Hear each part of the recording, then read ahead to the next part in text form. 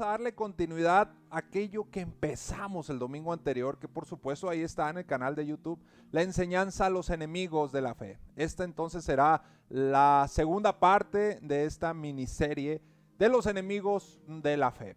Si no has visto la anterior, bueno, te motivo a que te des la visitada a la sesión anterior, a la previa, el domingo pasado, ¿vale?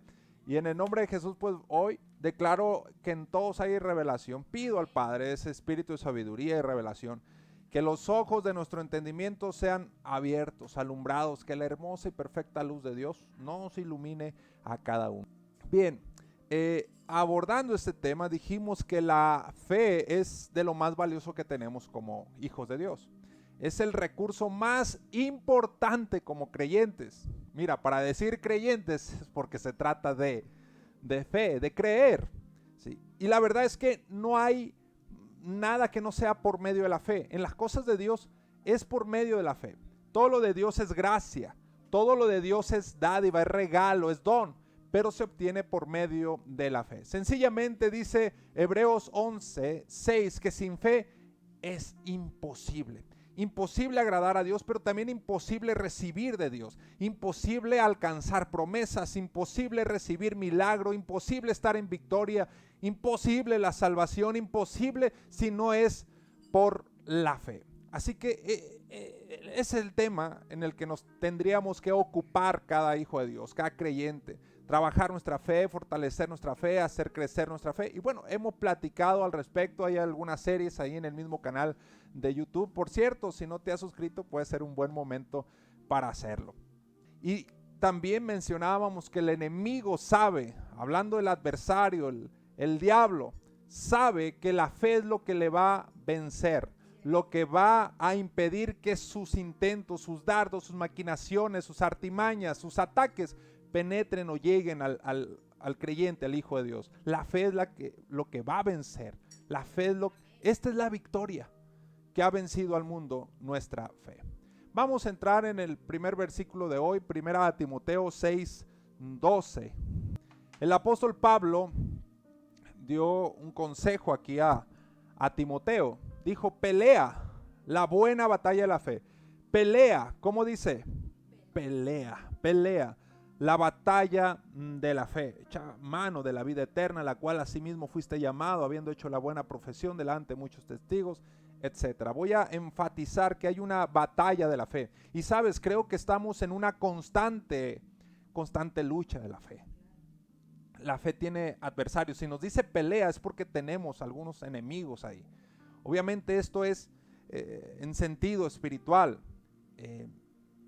Son enemigos que no son necesariamente ahí personas o cosas tangibles ahí, sino que están al acecho afectando tu fe.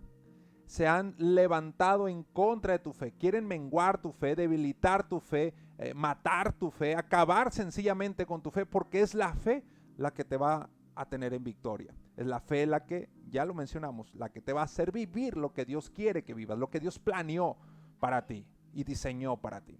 Así que el enemigo lo que va a atacar, tu fe, va a intentar entonces desbaratarla. Pelea, hay una batalla de la fe.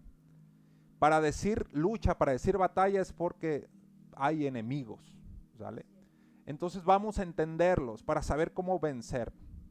Vamos a saber de qué se tratan esos enemigos, para saber cómo enfrentarlos. No nada más es tener el conocimiento de que hay.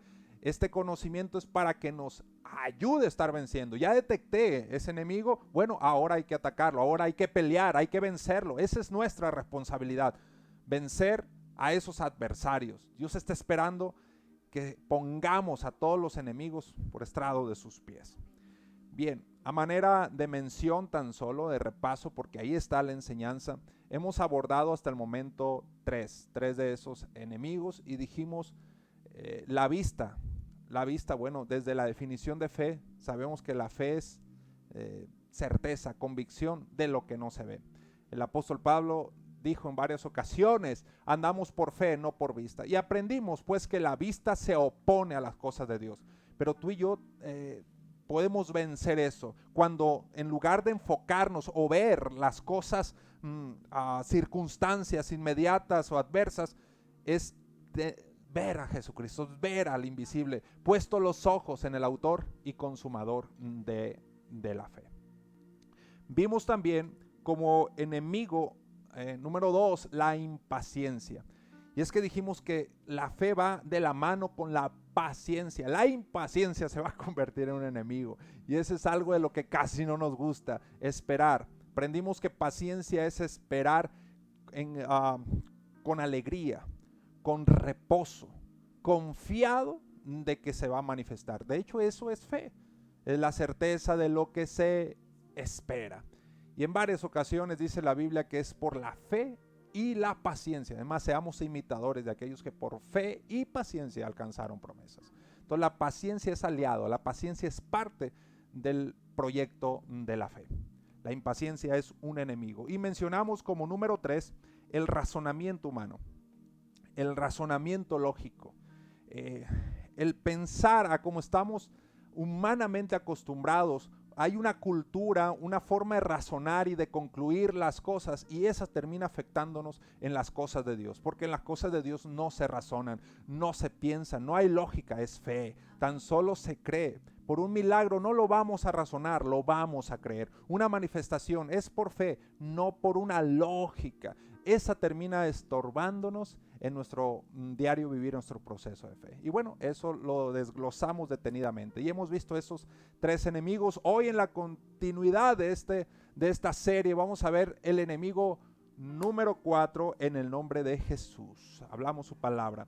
Y es el miedo. En definitiva, el miedo es un enemigo. ¿Cuál es el enemigo número 4? El miedo, el miedo. Anoté una definición de diccionario secular acerca del miedo. Y ahí tú lo puedes buscar en internet, Wikipedia y ese tipo de diccionarios. Son muy, muy comunes, seculares. Dice, la sensación es una emoción desagradable provocada por la percepción de peligro, real o imaginario.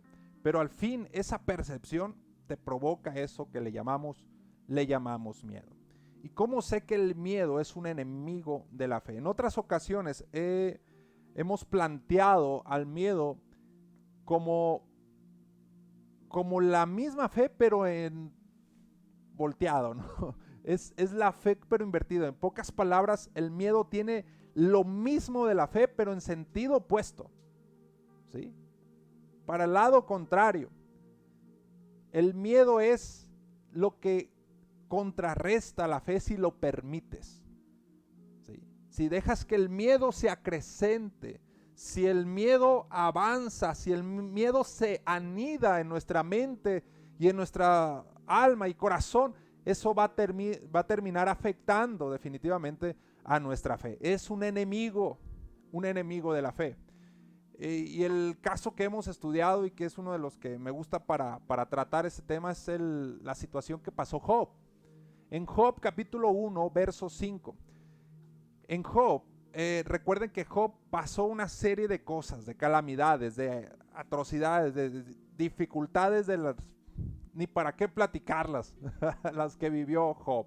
Porque perdió tanto, no tan solo en lo material, sino a seres queridos, a sus hijos, tuvo conflictos hasta con su pareja, tuvo enfermedades en su cuerpo, llagas y un montón de cosas empezó él a sufrir en un momento así donde el diablo se encargó a hacer de todo.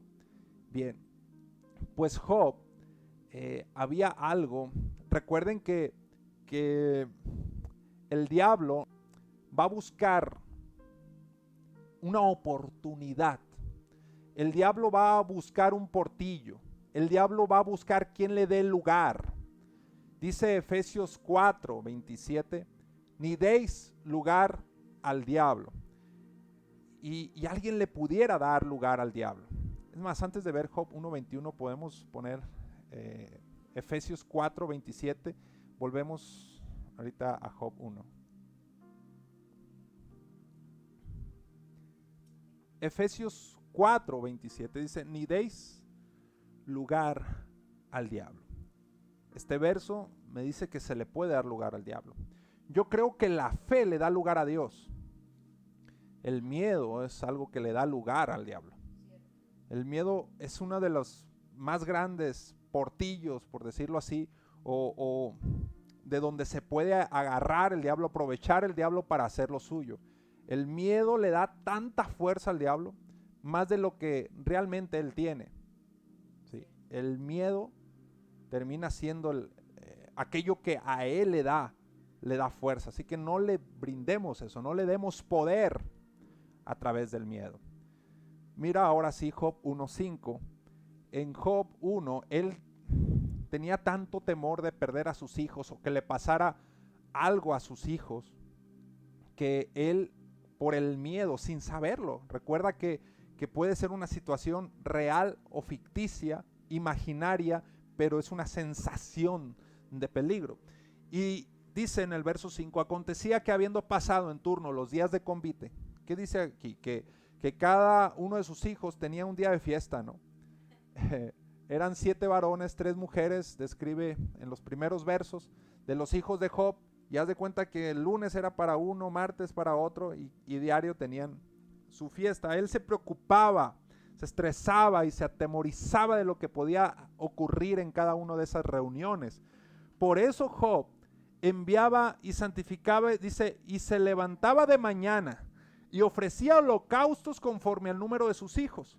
Porque decía Job, diga conmigo, decía Job. ¿Por qué les invito a enfatizar el decía? Porque creo que el miedo te empuja a decir lo que no debemos. Cuando la palabra nos motiva, nos empuja a confesar lo correcto. Diga el débil, fuerte soy. El enfermo diga, sano soy.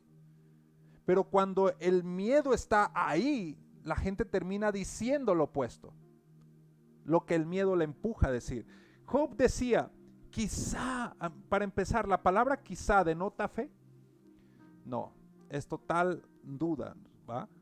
Quizá habrán pecado mis hijos, habrán blasfemado contra Dios en sus corazones, y de esta manera hacía todos los días. Todos los días estaba alimentando el miedo acerca de sus hijos, acerca de lo que podía pasar en sus hijos. Una de las ideas que tenía Job es que si pecaban, blasfemaban y le iba a pasar, y creía que hasta Dios le iba a hacer cosas. Eso ya lo aprendió Job y luego lo vemos. Dios es bueno y no manda males. Pero el punto es que Job estaba diario, todos los días lo hacía, todos los días decía. Y cualquiera puede decir, pastor, pero ¿qué no es correcto lo que Job hacía de orar por sus hijos diario? Ahí estaba haciendo algo bien todos los días.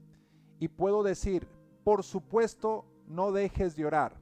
Pero la clave está, ¿cuál es el motor de tu oración?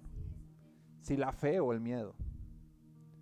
Él lo hacía, pero por miedo. Y ahorita vamos a confirmarlo. El orar porque la fe está ahí, ¿sí? Esa es la clave, que nos llenemos de fe, que nuestra oración sea de fe. Yo sé que todos enfrentamos miedos y diferentes magnitudes o clases de temores, y Dios con su presencia nos llena y nos ayuda a vencer esos temores, ¿sale? Y terminamos comunicándonos con Dios y nos acercamos confiadamente sabiendo que hay socorro, oportuno socorro. Tiene que ser un buscar de Dios por la fe de que sabemos que hay respuesta y solución, pero no por el miedo de que va a pasar. El miedo, el motor es la clave aquí. Por supuesto que alguien puede estar orando todos los días, pero por razón del miedo y no por razón de la fe. Vamos a Job capítulo 3 verso 25. Porque el temor que me espantaba. Quiero aclarar algo que lo hemos enseñado en otras ocasiones, que hoy vale la pena recordar. En la Biblia vemos 2 clases de temor. Las 2 se traducen temor, pero una se refiere a un respeto reverente, ¿sí? A un respetar a Dios. El temor a Jehová es un respeto. Pero el temor de miedo es otra clase de temor y es otra palabra en su etimología. El temor de espanto es diferente al de respeto, ¿vale? Tristemente se traducen las 2 como temor y andan confundiendo que a Dios hay que tenerle miedo, y no, a Dios hay que tenerle fe. ¿sale? Pero sí un respeto reverente. Esa clase de temor es totalmente distinto al miedo, ¿ok? Pero aquí en Job 3:25 habla de un miedo, de un temor de espanto. Es más, lo dice, y el temor que me espantaba me ha venido y me ha acontecido lo que yo temía. Y sabes que eso pasa con la fe. Acontece lo que tú crees. Acontece lo que tú crees positivo o negativo. El miedo es una fe negativa. El miedo es una fe a lo malo. El miedo es creer convencido de que te puede pasar eso malo. Y termina ocurriendo lo que tú crees. Termina ocurriendo tu temor. Verás, analicemos ya de memoria Hebreos 11:1. ¿Se lo saben? Los agarré en curva. Es pues la fe, la certeza de lo que se espera. Atención, ahí va. Es pues la fe, la certeza de lo que se espera, la convicción de lo que no se ve. Dale la misma definición a miedo y aplica. Es pues el miedo, la certeza de lo que se espera, obviamente negativo, la convicción de lo que aún no se ve, pero de lo malo. ¿Sí lo alcanzaron? A ver. La fe y el miedo son lo mismo, pero en sentidos opuestos. La fe es para lo bueno y el miedo es para lo malo. Es, por decirlo así, el miedo es como una fe al mal, es como una fe al diablo. Así como Dios necesita de nuestra fe para manifestarse como Dios, el diablo necesita del miedo para manifestarse como diablo. Amén. Terminó diciendo, me ocurrió, me aconteció, pasó lo que más me espantaba, lo que más miedo me daba. Y ahí está la gente alimentando el miedo y diciendo, ay, se me hace que esta vez sí, se me hace que en este viaje pasa esto, y se me hace que acá, y que ahora no me va bien, y se me hace que en esta relación tampoco funciona, y en este proyecto no se va a lograr, y en esto, y ya está alimentándose el miedo de aún cosas que no, y te mantiene en un estrés, en una situación. No hay un reposo. Amén. Mira el siguiente versículo. Todos estamos ahorita, háblame Dios, ¿no? No he tenido paz, dijo Job, precisamente por el miedo. Amén. No he tenido paz y no hubo seguridad. Dice, no me aseguré, ni estuve reposado. ¿Te acuerdas que esperar reposado es paciencia? ¿Sí? No obstante, me vino turbación. Esto es lo que provoca el miedo. Pero la fe trae reposo, la fe trae paz, la fe trae seguridad. El miedo, turbación. ¿Sí? Primera Juan 4:18 dice, en el amor no hay temor. Aquí ya está dándose una solución a cómo vencer ese miedo. En el amor no hay espanto, en el amor no hay miedo. Por supuesto, el ágape, es el ágape de Dios, el amor de Dios. Cuando tú te llenas del amor de Dios, todo temor se va. Cuando tú recibes el amor del Padre, todo temor se va. ¿Qué pasa con un niño que está asustado de la situación si está solo, pero cuando llega ahí, papá o mamá a abrazarle y con ese amor se le va el miedo, aunque esté tronando el cielo, esté pasando lo que esté pasando? Cuando está ahí el amor de papá, de mamá, se va el temor. Así como niños, estamos asustados, atemorizados de lo que está pasando, pero cuando recibes el amor, se disipa el miedo. Amén. El perfecto amor echa fuera el miedo. Solución, clave, respuesta. Si te preguntabas si cómo evito ese miedo que a veces se me hace casi imposible pensar esas cosas negativas, asimilar eso, pensarlo de esa manera. Bueno, llénate de amor, que eso echa fuera el temor. Porque el temor lleva en sí castigo. Nótese que el castigo no es por el amor, no es por Dios, es por el temor. La gente se está acarreando castigo por causa del miedo. Aleluya. Por eso dice que cuando está en el temor, la gente necesita perfeccionarse en el amor de Dios. Necesitamos del amor de Dios para que se disipe toda clase de temor. Amén. ¿Estamos bien?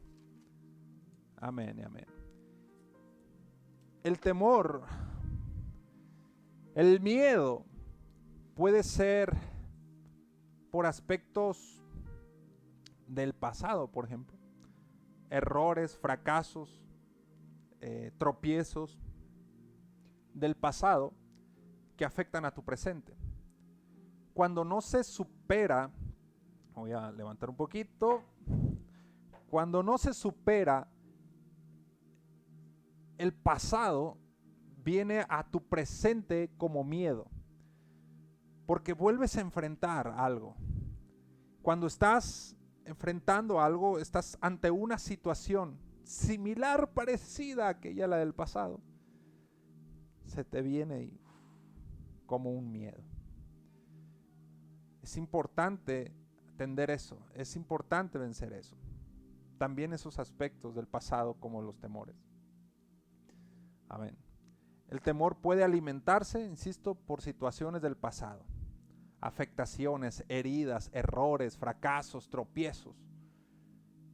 Y afectan tu presente. Pero también puede ser por aspectos de futuro. Todavía no han ocurrido. Hay una preocupación por lo que puede ocurrir.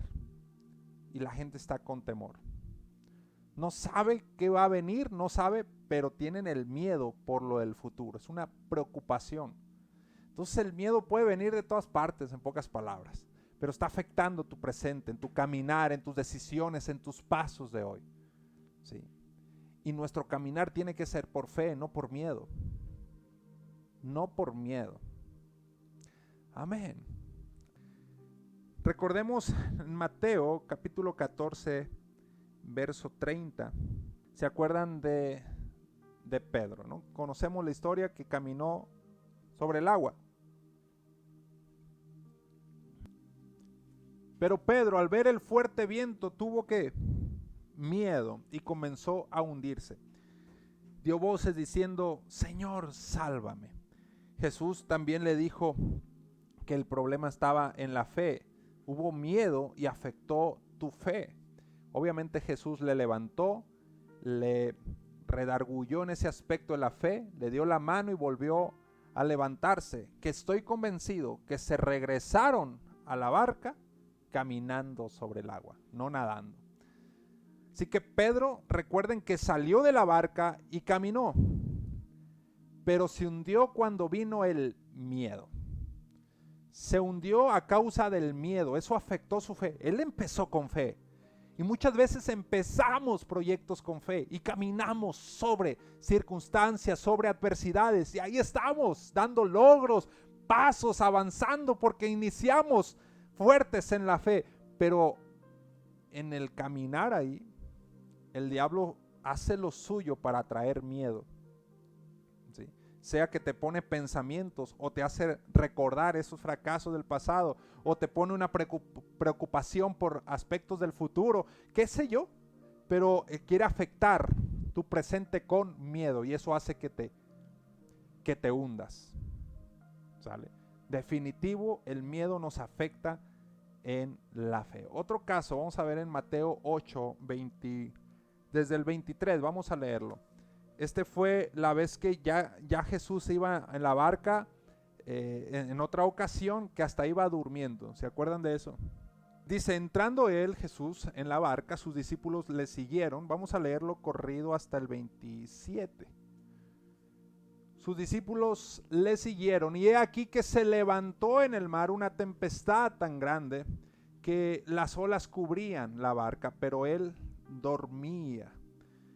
Qué seguridad la de Jesús, que aún duerme en medio de la tempestad. Vinieron sus discípulos y le despertaron diciendo: Señor, sálvanos que perecemos. Espérame, que ahí hay una evidencia. Esta alerta, esta alarma, esta desesperación, esta forma de proceder denota que había miedo. Señor, sálvanos, perecemos. Siguiente versículo. Estaban ya asustados y él les dijo: ¿por qué teméis? ¿Por qué qué? Le dijo: ¿por qué teméis? O sea, ¿qué les da miedo? Si aquí está el creador del universo, si aquí está el que creó el cosmos, Aquí está el poderoso, si aquí está Dios, ¿qué teméis? ¿Por qué está afectando su fe? Haciéndose poca. ¿Por qué temes si el proyecto lo empezaste con Cristo y vas con Cristo en la barca? ¿Por qué hay un temor hoy? Que no venga el miedo, que no se acrecente el miedo.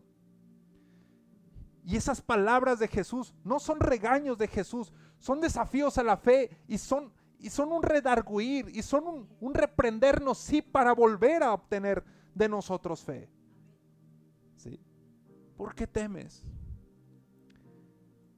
Cuando está Jesús con nosotros no debería ser ningún temor. Cuando Dios va con nosotros no debería temer. Se dice, y lo creo, aunque confieso que no lo he corroborado, pero lo creo, se menciona que hay 365 consejos y veces donde la Biblia dice no temas, en toda la Biblia. Y se saca la referencia que es una por día del año, ¿no? Y me gusta eso. Pero sí lo he visto varias veces en la Biblia, cientos de veces que dice no temas, no temas. Pero la mayoría de esas veces es no temas porque yo voy contigo.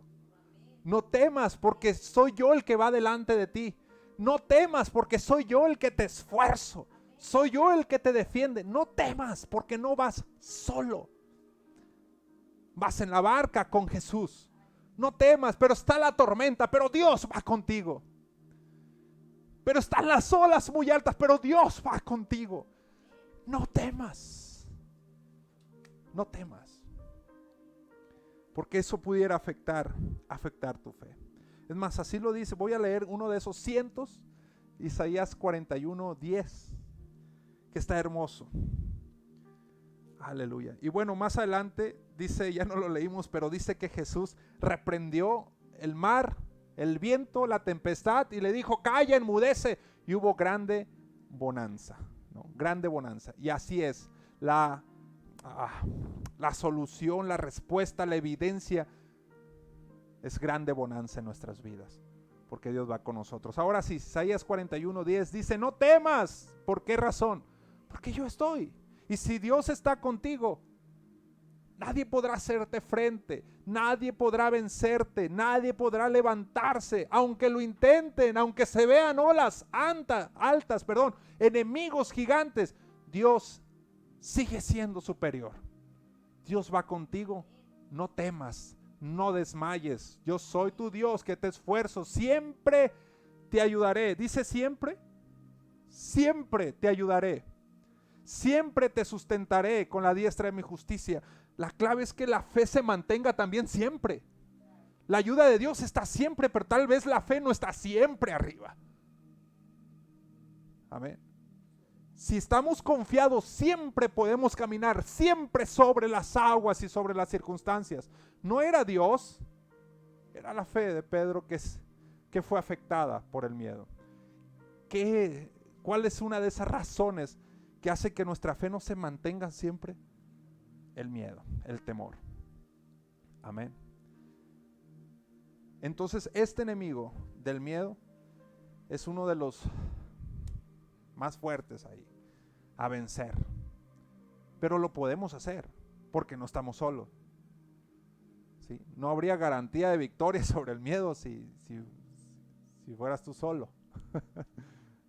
Pero no vas solo, Dios va contigo. Es posible. No se te ha dado un espíritu de cobardía, ¿no? Entonces hay valentía. Está en ti. Confía de que Dios va contigo. Confía de que eso se resolverá. Confía que esas circunstancias, esa tempestad va a hacerse grande bonanza. Confía en Dios. Dios va contigo. Confía plenamente. Que venga paz, que venga reposo, que venga seguridad.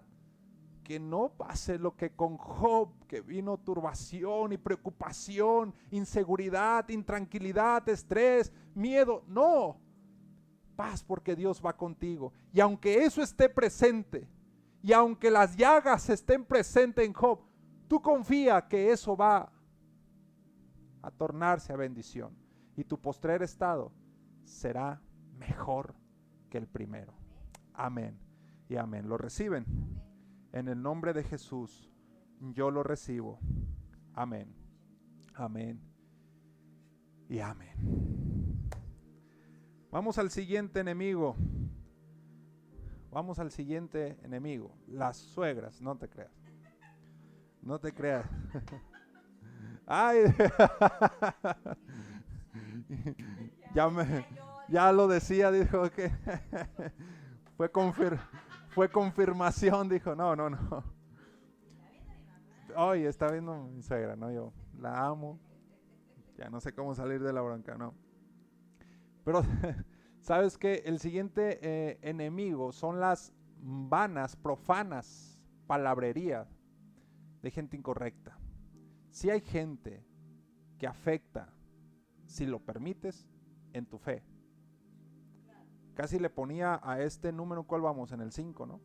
Enemigo 5, casi le ponía Himeneo y Fileto. Porque eso es un ejemplo de personajes que afectan tu fe. Vamos a verlo en 2 Timoteo capítulo 2, desde el verso 16. Profanas y vanas palabrerías de gente incorrecta, que al final es eso, es una influencia incorrecta. Aleluya. 2 Timoteo 2, 16 dice más, evita ¿qué? Profanas y vanas palabrerías. Estas conducirán más y más a la impiedad. Siguiente versículo. Conducirán más y más. Y su palabra, ¿te fijas que es la palabra vana, profana? ¿Saben qué es profana? Profana tiene que ver con un desconocimiento de lo sagrado, pero a la vez con una falta de respeto a lo divino. Son palabras donde no se respeta las cosas de Dios y tan a la ligera los tratan, ¿sí? Eso es profano. Es una palabrería que terminará más y más, mira, como gangrena, carcomerá como gangrena. Todos estamos familiarizados con lo que es gangrena, ¿sí, no? Que poco a poco va avanzando en la piel, en el cuerpo, afectando negativamente a la persona. Se compara con la gangrena, mira, carcomerá como gangrena, o sea, de una manera gradual, de los cuales son Himeneo y Fileto. Así que hay personajes que encabezan esta palabrería. Hoy en día hay muchos Himeneos y Filetos, ¿no? Al final, tu enemigo no es del todo las personas. ¿Te acuerdas que no es carne y sangre? Pero sí el contenido de ellas, sí la influencia de ellos, sí la palabrería vana, profana, la intención de ellos, la intención de sus corazones con lo que están tratando, su contenido puede afectar. Y dice, evita a esos Himeneos y Filetos. Siguiente verso, evita su palabrería. Dice, Himeneo y Fileto se desviaron ¿de qué? De la verdad. Por si te preguntas, ¿y cómo identifico a los Himeneos y Filetos de hoy en día? Bueno, se desviaron de la verdad. He aquí la importancia de conocer la verdad. La verdad, hemos platicado que tiene que ver con Jesús, con su persona, es decir, con lo que Él es, pero también con lo que Él dijo y con lo que Él hizo. Porque Él es la verdad. Él dijo, yo soy el camino, la verdad. Él es la verdad. Por lo tanto, su esencia es la verdad. Si comprendemos la esencia de Dios, vamos a saber que esa esencia es verdad. Y parte de su esencia es bondad, es amor, es fidelidad, es justicia, es luz. Eso, todo lo que Dios es verdad. Amén. Dios es la verdad. Cosas que no están en su esencia no es verdad. ¿Alguien ¿sí se cachó esa? Así que Dios es la verdad, pero también dijo la verdad. Recuerden que en Juan 8:45 dijo la frase, yo que les digo la verdad, no me creen. En cambio, al padre de mentira, al mentiroso, al que habla mentira, que de suyo habla, a ese le están creyendo.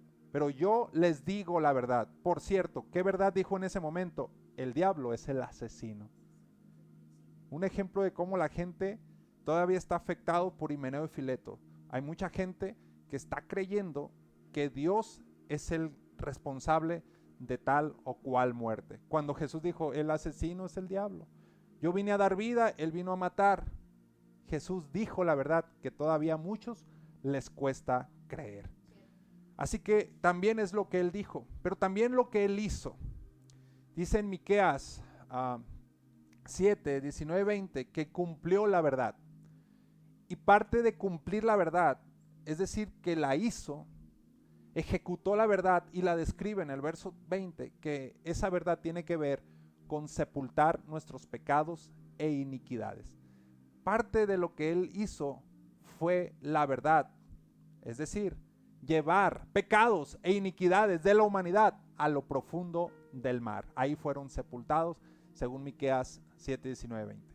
Es todo un tema, el de la verdad, que no pienso desarrollarlo. Solamente te mencioné que él es, dijo e hizo la verdad. Desviarse de esto es riesgoso, es peligroso, porque podríamos caer a estar en condición de Himeneo y Fileto.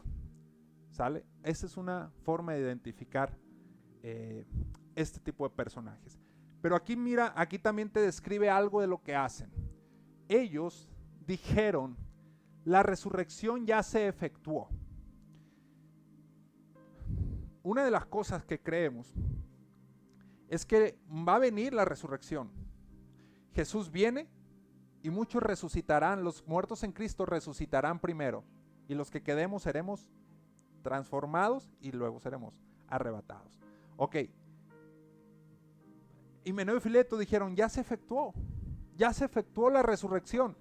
Y ¿sabes qué? La esperanza y la fe en la que estaban de esperar a Cristo para que los muertos en Cristo resuciten se fumó. Aquí dice, trastornaron la fe de algunos. ¿Quiénes trastornaron la fe? Himeneo y Fileto. Así que hay personajes que con su contenido afectan la fe de algunos. Amén.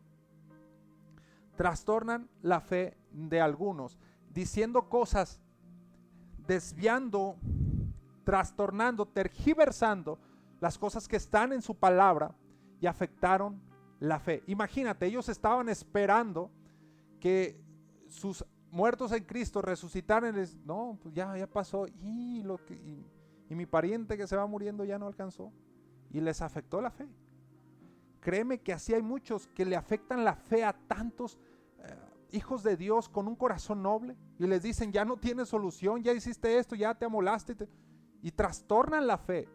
Hoy en día hay muchos Himeneos y Filetos que están afectando, trastornando la fe de algunos, y algunos que están esperando a Cristo para que tengan su arrebatamiento y su glorificación, ya se la están trastornando y les dijeron, ya no esperes a Cristo, es por otro. ¡Wow! Así hay muchos ejemplos. Están trastornando. Y así como dicen la resurrección ya se efectuó, también hay otros que dicen ya no hay milagros, ya no hay sanidades, ya se acabaron las lenguas, ya se acabaron las manifestaciones. ¿Y sabes qué? Están trastornando, afectando la fe. Ahora mucha gente se le dificulta fe para ver milagros, porque en muchos se les ha dado profana y vana palabrería de que los milagros ya pasaron, de que los milagros ya no son. Esa es palabra de Himeneo y Fileto. Amén. ¿Vamos bien? Eso afecta la fe. Así que sí es importante tener cuidado. Enfoquémonos en la verdad, porque conocer la verdad te hace libre. Vamos a ver algo más en Tito, capítulo 1, desde el verso... Vamos a leer desde el verso 10. Porque hay muchos contumaces, habladores de vanidades y engañadores, mayormente los de la circuncisión. Ándale, aquí ya les está diciendo también a los de la circuncisión que hoy en día también se han levantado unos nuevos judaizantes que los hay que tener cuidado. Vamos a verlo. Siguiente verso. Y me estoy atreviendo a decirlo para que tengas cuidado. ¿Sí? Para que tengamos la advertencia para que no afecte nuestra fe. Hay quienes dicen, mira, si es de Dios porque dice que hay que hablar en hebreo tal cosa en hebreo, y ahí se la llevan y lo único que están haciendo es trastornar la fe y realizando esas vanidades y enfocándose en la circuncisión y a fábulas judaicas. Dice, a los cuales es preciso tapar la boca, que trastornan casas enteras, enseñando por ganancia deshonesta lo que no conviene. Hay muchos de ese tipo, Himeneos y Filetos. Siguiente verso. Uno de ellos, su propio profeta, dijo, los cretenses siempre mentirosos, malas bestias, glotones, ociosos. Siguiente, ese testimonio es verdadero, dice, los glotones y ociosos son... Ese testimonio es verdadero, dice, por tanto, repréndolos duramente para que sean, ¿qué? Sanos en la fe. Por lo tanto, la fe ya está enferma. La fe ya está afectada por causa de esas vanidades, de esas palabrerías profanas. ¿Sí? Siguiente verso, el 14. No atendiendo, aquí está un consejo, que no atendamos a ¿qué? Fábulas judaicas, ni a mandamientos de hombres, mandamientos de hombres que se apartan de ¿qué? De la verdad. Nuevamente la clave es la verdad. Y esa palabrería los apartan de la verdad. Fábulas judaicas. ¿Qué es fábula? Fábula es como que edifican unas cosas que wow, es por aquí, por acá y te hacen un rollo así, te plantean algo bien bonito con un fundamento incorrecto, ¿sale? Y no es más que una fábula. Fábula. Ayúdenme con la definición de fábula porque no sé cómo describirles ahí. Fábula está pariente de que engaño, de mentira, ¿no? De un cuento, de algo fantasioso, pariente de eso. No sé si hay una definición ahí. En Wikipedia, no sé. Otra vez volví a la Rose o algo. Fábulas judaicas, mandamientos de hombres, que al final eso terminan apartando de la verdad. Y la gente lo cree como si fuese de Dios, pero no es la verdad. Creen que eso es de Dios, no es más que fábulas, decir que eso es la solución, que eso es el arca, que eso es el... Fábulas judaicas.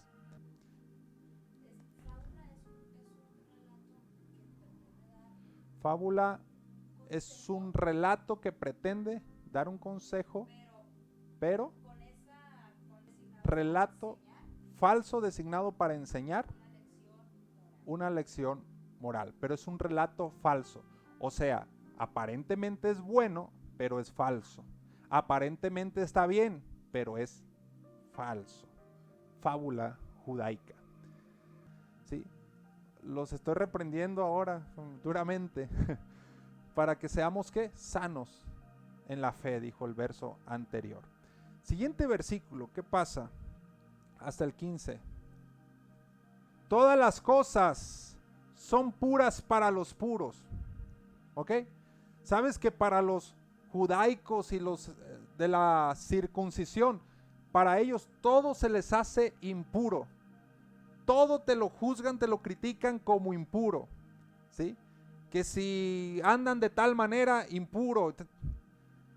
Una ocasión, no te miento, pero una ocasión en una iglesia empezaron a prohibir que se saludaran hombres y mujeres de beso, porque, que no sé qué, que eso los va a desviar y que va... El que es impuro todo lo ve impuro, pero el que tiene el corazón para Dios, amén. Muy bien, la clave es que tú no atiendas a esas fábulas, que tú te apartes de esas vanidades y de esa vana palabrería profana, ¿sí? Tú encárgate de ser de corazón puro, ese corazón que fue limpio cuando aceptaste a Cristo. El puro, para él todo es puro, pero para el impuro todo lo ve mal, ¿sí?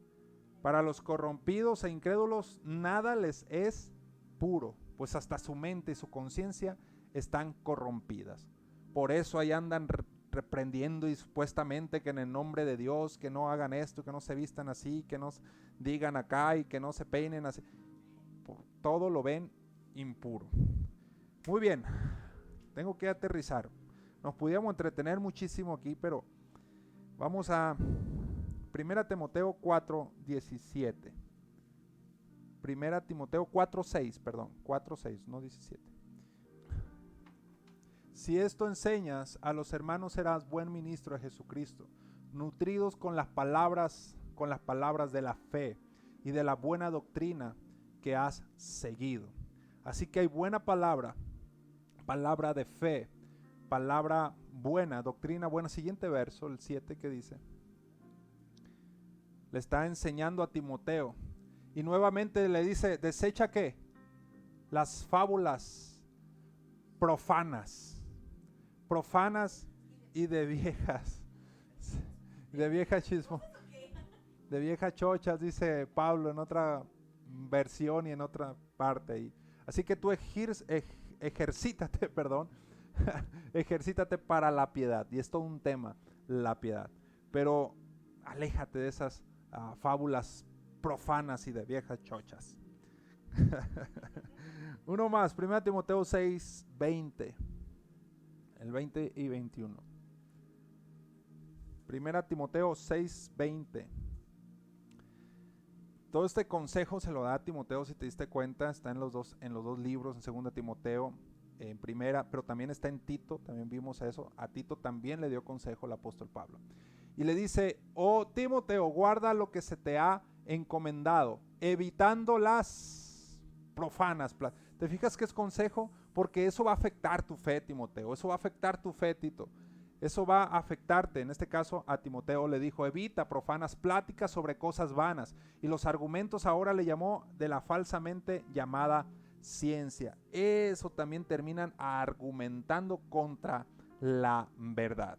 Hay una falsamente llamada ciencia, pero hay algo correcto en cuanto a la ciencia. Yo creo que la ciencia verdadera y la ciencia correcta no va a afectar a la fe y a las cosas de Dios. No va a contraargumentar a Dios, va a complementar, a confirmar, a respaldar y a ser parte de lo de Dios. Así que hay una falsa ciencia, evítala, profanas palabrerías, la cual profesando algunos como Himeneos y Filetos, ¿sí?, se desviaron ¿de qué? De la fe. ¿Te fijas que al final eso afecta la fe? La vana palabrería, las fábulas profanas, judaicas, ¿sí?, terminan afectando la fe, enfermando la fe, desviando la fe, extraviando la fe. Son enemigos de la fe. Entonces la clave es la verdad de Dios. La clave es la verdad. ¿Cómo viene la fe? Romanos 10:17. Por el oír, y el oír hasta entender ¿qué cosa? La palabra de verdad, la palabra de Dios. Su palabra es lo que va a trabajar la fe de manera correcta. La palabra incorrecta va a afectar tu fe. ¿Sí? Lo voy a volver a decir. La palabra de verdad, la palabra de Dios va a trabajar tu fe de manera correcta. La palabrería vana, profana, la extraña, la falsa, va a afectar negativamente tu fe. Por lo tanto, eso es un enemigo.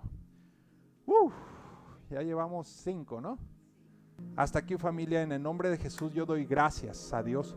Gracias por su palabra, por su verdad. Gracias por la enseñanza, por la capacitación, por la advertencia, por la preparación, por el buen consejo de Dios en esta noche. En el nombre de Jesús atesoramos esta semilla incorruptible, su verdad, pero declaramos sobre todo el fruto.